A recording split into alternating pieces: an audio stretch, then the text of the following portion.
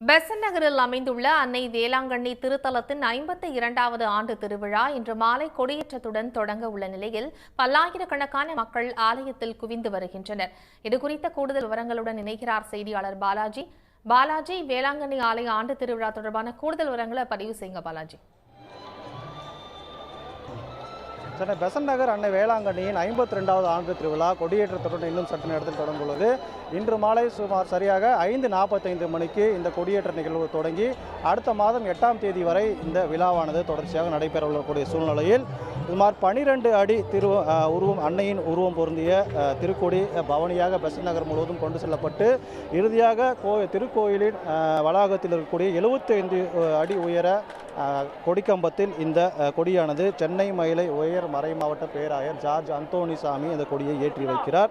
ஒவ்வொரு ஆண்டுக்குமே இந்த ஆண்டு விழாவை பொறுத்தவரையில் மைய கருத்தின் அடிப்படையில் விழா என்பது நடைபெறுவது வழக்கம். இந்த ஆண்டை பொறுத்தவரையில் இறைவேண்டல் ஆண்டாகவும் யூபிலி ஆண்டின் நிறைவாகவும் கொண்டாடப்படுவதாக அறிவிக்கப்பட்டுள்ளது. அதன் அடிப்படையில் கொடி விழாவின் தொடக்க விழாவாக நலம் பெறும் விழா நடைபெற உள்ளது இன்று. அதே போல பக்த சபைகள் விழா, நற்கருணை பெரு விழா, தேவழைத்தல் விழா, உழைப்பாளர்கள் விழா என ஒவ்வொரு நாளுமே இந்த முழுவதுமாக 8ஆம் தேதி வரை ஒவ்வொரு நாளும் ஒவ்வொரு தலைப்பில் விழா என்பது கொண்டாடப்பட்டு வருகிறது.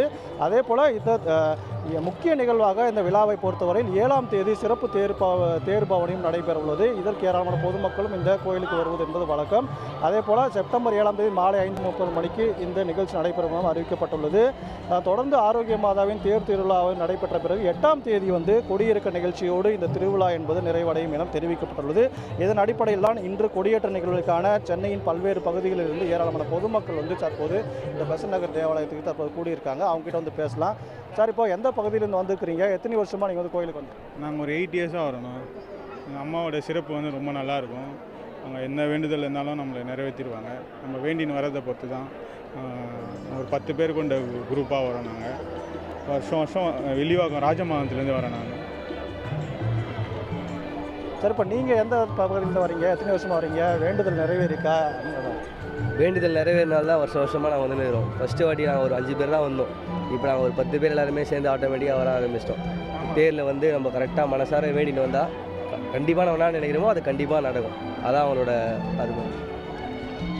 அதாவது இன்று காலை முதலே சென்னையின் பல்வேறு பகுதி, அதே போல் சென்னையின் புறநகர் பகுதியில் போன்ற பல்வேறு பகுதியிலிருந்து ஆயிரக்கணக்கான பொதுமக்கள் தற்போது பெசன்ட் நகர் கடற்கரையை நோக்கி, அதே போல் இந்த தேவாலயத்தை நோக்கி வந்து கொண்டுள்ளனர். இன்னும் சற்று நேரத்தில் இந்த கொடி ஏற்ற நிகழ்வு என்பது நடைபெற உள்ளது. இந்த பொதுமக்களின் வருகையொட்டி இந்த பகுதியில் ஏற்கனவே சென்னை மாநகர போக்குவரத்து கழகம் சார்பில் சிறப்பு பேருந்துகளும் இயக்கப்பட்டுள்ளது. அதே போல் பொதுமக்கள் அதிக அளவில் கூடுறதுனால இந்த பகுதியில் சென்னை மாநகராட்சி மற்றும் காவல்துறை தரப்பிலிருந்து போதுமான முன்னேற்பாடுகள் செய்யப்பட்டுள்ளது. பொதுமக்களுக்கு தேவையான அடிப்படை வசதிகளும் செய்து கொடுக்கப்பட்டுள்ளது. தகவல்களுக்கு நன்றி பாலாஜி. உடனுக்குடன் செய்திகளை தெரிந்து கொள்ள சன் நியூஸ் பெல் ஐகானை கிளிக் பண்ணுங்க.